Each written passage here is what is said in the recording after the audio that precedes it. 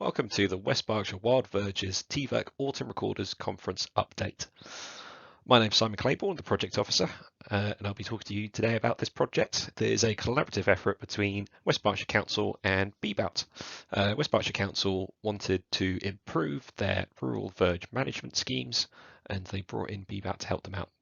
And let me firstly say that I'm very sorry that I can't be there in person today, but still thank you very much for giving me a chance to talk to you all. So, setting the scene. What, where, and why are we conserving verges? What are the aims of this project? So, first of all, we want to survey the rural road verge network of West Berkshire so we have an idea of what's going on and what's growing where. And then we're going to assess the road verges based on biotic and abiotic factors. The biotic ones are going to be botanical species assemblage and indicators. And the abiotic factors are going to be things like verge width, the angle of the slope, whether or not there's a bank next to it or a ditch, what the adjacent land use is, basically anything that isn't living that could affect the species assemblage on the verge. I'll also be creating a new management plan based on this information to improve the rural road verge network across West Berkshire for wildlife, but without sacrificing any road safety. Also going to be doing lots of outreach to stakeholders, including to estates, parish councils and local residents. I've already done quite a lot of work with these groups, some of which I'll be coming on to in a little bit. So where is the project taking place? No prizes for this one, I'm afraid. So here is West Berkshire. And this is our rural road verge network. It is huge, 1,700 kilometres or just over 1,000 miles. It's not only a lot for West Berkshire Council to look after, but it's also a lot to try and survey in the 3 years of the project. The project is running from March 2021 to December 2023. So we've got one more full survey season coming up. So there's more information on how to get involved if you would like to later on. These here are our roadside nature reserves. These were designated in the 80s and 90s, and these highlighted areas of really quite spectacular botanical value and interest. Quite a lot of them are still in really good nick, and they are just absolutely chock-a-block with really nice species, really good indicators, and these are areas that we're looking to really kind of concentrate West Berkshire Council's future contracting efforts to keep them nice or bring them back into good stead. So why are verges important? In West Berkshire, as I just said, they cover about 1,700 kilometres or just over 1,000 miles, which if we take an average verge width of 2 to 3 metres, that's about 730 football pitches in area, which is immense. You imagine that as one contiguous nature reserve, it would be incredible. It would be the best nature reserve in the south of England. But the issue is that it's, of course, quite a disparate network of little patches of nice bits and not so nice bits. Because these verges have been regularly cut for many years, a lot of them have retained really interesting species, particularly in areas that historically have been parts of meadows or are on some of the chalk downland in West Berks that have really kind of hung on to some really, really nice, interesting things. Basically, where you ever have low fertility bits of verge, you're almost guaranteed to get some interesting species. It's one of those slightly counterintuitive things that the lower the fertility, the more interesting and biodiverse the species assemblages are, and the higher the fertility, the lower the biodiversity value is. And also, they provide fantastic connectivity between areas of good habitat, but they can also be areas of good habitat themselves. If you get verges that are wide enough that you can have a sort of safely mown thin strip by the road, by the carriageway, and then it sort of grades up through ecotones to sort of slightly longer turf, to longer swards, and then into scrub, and then into hedge, and then trees. Having that sort of nice smooth gradient is really fantastic for biodiversity. When properly managed, verges are also fantastic carbon sequestrators and storers. They are much better carbon storers, particularly than species poor verges or grassland in general. So there's big gains to be made for the council in their efforts to getting towards carbon neutrality. So I'm just going to add a little bit of context, talk about some other projects that are conserving verges across the UK. There are a lot of county councils and unitary authorities that are working with conservation organisations or doing things off their own back to conserve biodiversity on their verges in their areas, which is just something wonderful to see. So first of all, there's Devon Wildlife Trust's Life on the Verge Biosphere project, which is working with the county council. And they were allowing local residents to foster verges and sort of keep an eye on them, do little surveys, let the council know where they need to be managed, things like that. Then we've got Berkshire County Council up in North Wales. They've got a permanent team of ecologists who are looking after verges. They're going out and they're doing surveys. And they're assigning roadside nature reserves because they've got a lot of really nice verges out there. I've been to visit some of them. They do look absolutely fantastic. Then we've got the kingpins, so to speak, of it all, really, all of the road verge conservation movement. So Plant Life's Road Verge campaign, they produce 2 really good pieces of information. There's the Good Verge Guide, which is nice and short, and it's got a lot of really good useful information, both on what to look out for when you're looking for a nice verge, but also how to manage things better. And then you've got a slightly more in-depth document called the Managing Grassland Road Verges, which goes into a lot more detail about timings and indicative species assemblages and things like that. That's definitely more targeted towards councils and contractors and things like that, but it still makes for a really interesting read if you want a bit more technical information on what makes a good verge good. Not this, very simply. So what is it that we're looking for on verges that lets us know that a verge is good? First off is species diversity. So the more species, the better. As you can see on this verge, it really doesn't have that. We've got a couple of grasses, maybe a couple of yellow daisies, maybe a bit of Wilbert plantain, but very little going on overall. We also want a sustainable seed bank, so that's very much management based. So if you're cutting at the wrong time of year, like with this verge, you're not allowing the flowering plants on your verge to go through their entire life cycle. You're not allowing them to flower and then go to seed. If you're cutting in the middle of the summer, you're cutting that process short, so it means that over time you will lose species. Things like yellow rattle that are quintessential and just wonderful parts of lowland meadows across the UK. Their seeds don't last very long in the seed bank, so after 1, 2, 3 years of poor management, you can very easily lose them from the seed bank, which is really sad. So cornfield annual mixes are lovely, and they are something that has been used in a lot of verge conservation projects across the UK, but I have a couple of bones to pick. First of all, our verges are generally low disturbance habitats. And what I mean by that, not talking about the cars driving past them, but what happens on the verge itself. Sometimes they have a footpath on them, but otherwise all you're really seeing on them is 1 or 2 cuts a year. Whereas cornfield annuals, because they're part of agricultural systems, they're an agricultural weed, they do best when they are ploughed up and they have a lot of soil disturbance each year. So that brings on to appropriate management. Our lowland meadows, you only want 1 or 2 cuts a year, which is what we're getting on verges anyway.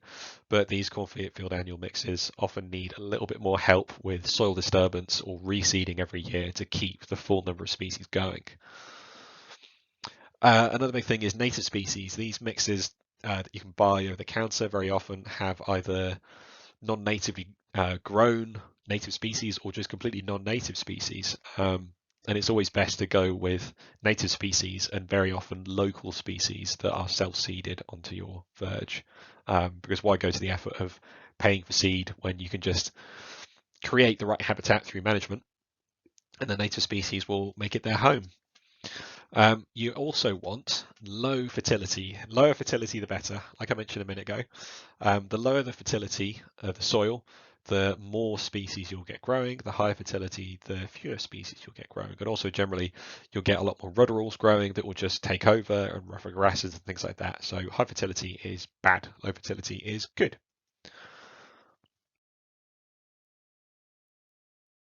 So this is a really nice example of a lovely verge just around the corner from Yattendon. It was absolutely alive with wild marjoram and wild basil, as well as a few, fairly rough species of grass. things like cocksfoot and false-oat. But it was absolutely wonderful. It was alive with butterflies. Got a fritillary on there. It was just a silver wash, but it's still lovely to see. And there were a good 10 species of butterfly, about a dozen different bees, including bumbles and solitaries. And it was just, yeah, it was alive with life. Absolutely fantastic. And this Verge will be getting 1 or 2 tiny cuts a year. It hasn't had its full width cut in quite a few years, about 5 or 6 years, I'd say. But it's hanging on in there mainly because it is a low fertility area. We also want habitat appropriate species. So we've got a lot of different habitats across West Berkshire. So whenever we're looking for seeds, we have to make sure they're habitat appropriate. So if we bought a big bulk bag of seeds to do a whole area of the network, it might not be appropriate for that whole area. And then when it comes to pricing, cornfield annuals win out by a long way. So it's about £150 or sometimes 160, 170 pounds per kilo for just pure wildflower seeds. But for the cornfield annuals, it's about 75 pounds a kilo.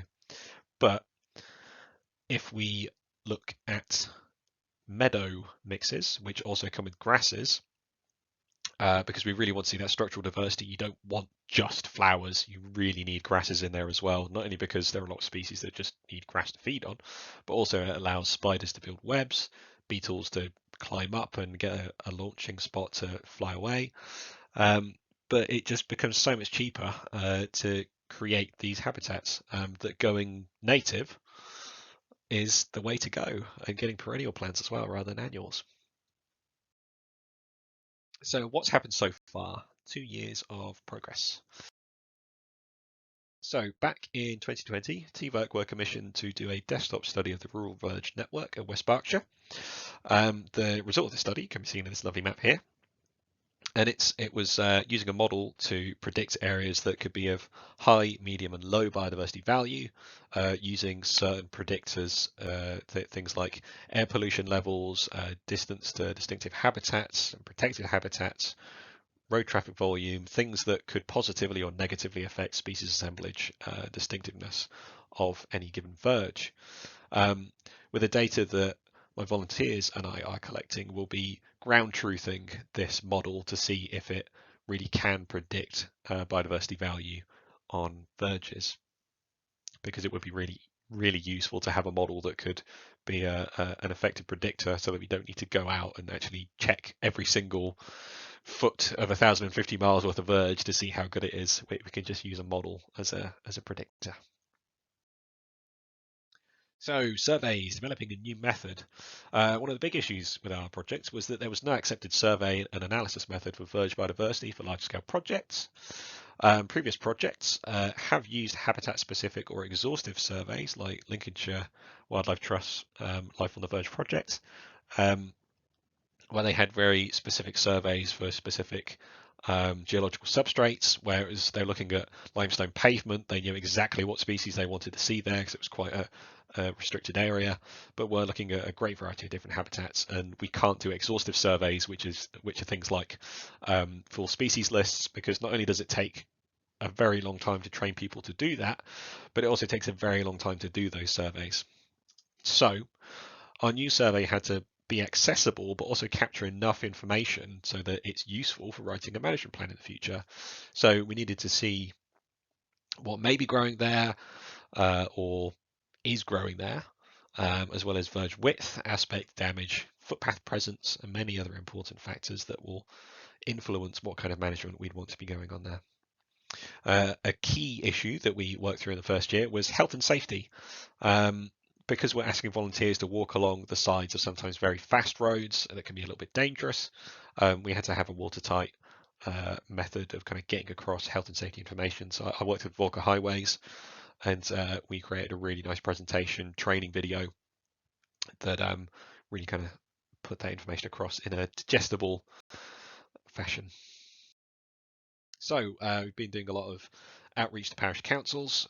We got a lot of extra funding through West Berkshire Council's Green Bond Scheme, which allowed us to create resource packs for every single parish council in West Berkshire. There are over 50 of them. So in each of these packs, we gave them a wildflower identification guide, native meadow seeds. It was enough to cover about 40 meters for 40 square meters of Verge, and also how to get involved and what to do with your seeds and where to get more information about how to use them.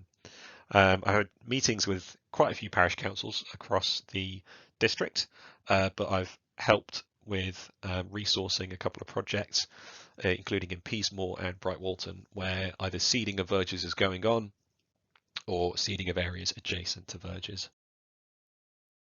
So, on to the most important part of the project, volunteer involvement. The project really couldn't happen without any volunteers. So, we've designated over 600 kilometres of rural verge to the volunteers this year. This is a little map that shows what that looks like. So, designation is a little bit all over the place, but really good coverage. We get another year like that with a few more volunteers, and we should be able to finish off the project and get every verge done, which would be fantastic. So we've had great feedback so far on the survey method. We made a few improvements from year 1 into year 2, just to increase the clarity, the survey methodology, and the survey method's been created really so that anyone can get involved. You really don't need to know anything about plants or how to do biological survey, so if you want to get involved, please get in touch. So a few good species that we found this year. There's a really big patch of fragrant orchid that we found. Lots of common broom rape, sort of all over the place, pretty ubiquitous. Also some good patches of knapweed broom rape, which is a really nice bright yellow broom rape that grows really quite tall, about a foot off the ground. And there's been absolutely masses of pyramidal orchid. It's been a really extra good year for it, I feel. It seems to be burgeoning all over the district. So what happens next? Year 2, autumn and winter, and progression onto year 3. So we're currently in the autumn of year 2. So the big thing is, before we get on to year 3, is I would like to recruit more volunteers. So if you want to get involved, I'll be running training sessions in the spring of 2023 over at Estovers at Greenham Common. So if you want to get involved, do email me. My email will be up again at the end of the presentation, so don't feel like you have to scribble it down now. But I'll be offering full training on how to conduct yourself safely on the side of the road, but also how to do the survey itself. And a big part of my winter is going to be analysis. So we're going to be doing statistical analysis of the results, everything that's coming in, and then that's going to be projected onto maps using GIS to see how that not only compares with the TVERC biodiversity projections, but also compares to last year and how it fits into the grand scheme of things and how it might affect management. And then also prioritization of next year's surveys.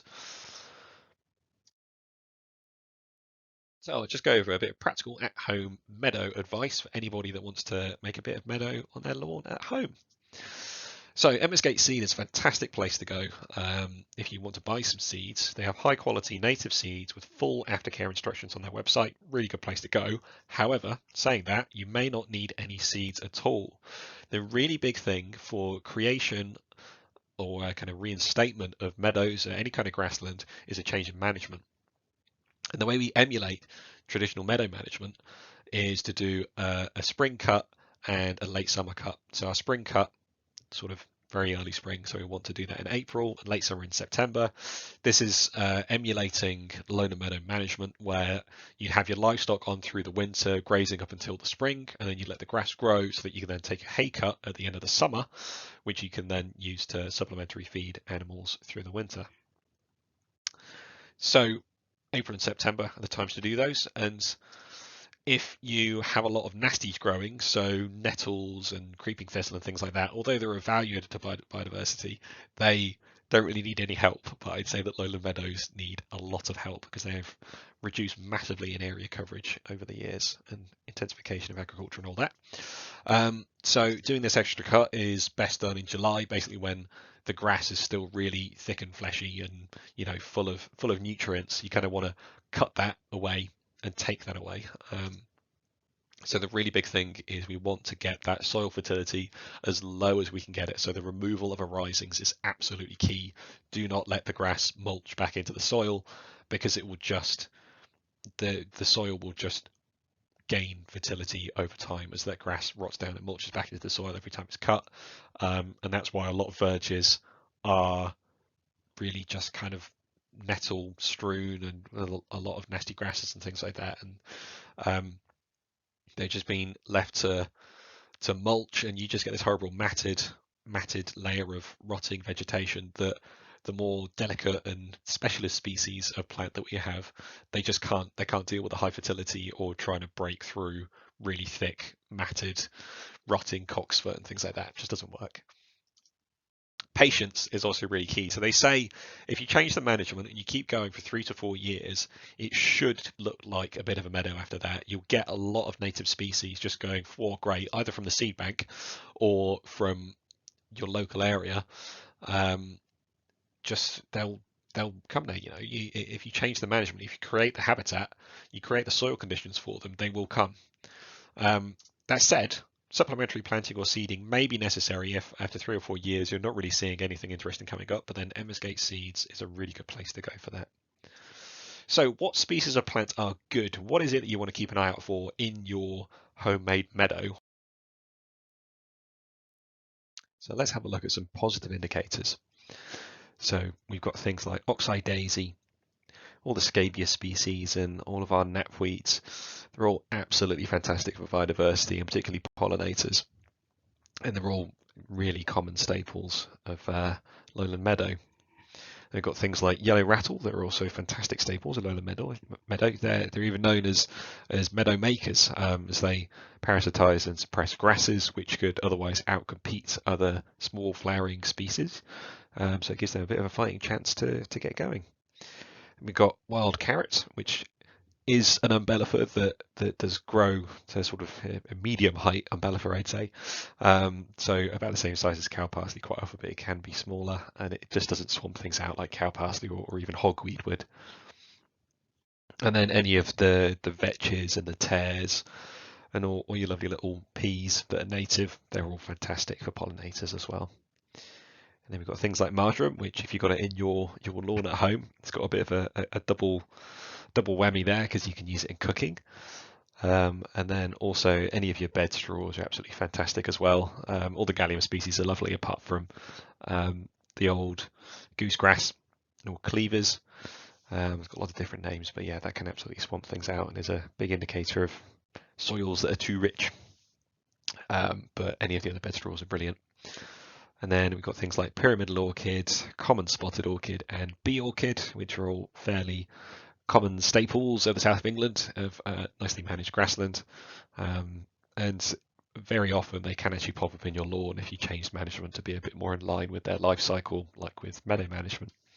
The seeds can last in the soil for quite a number of years, and it's not an uncommon thing for them to pop up in your lawn.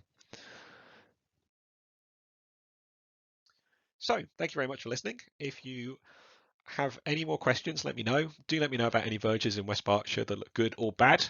It's always nice to hear from local residents.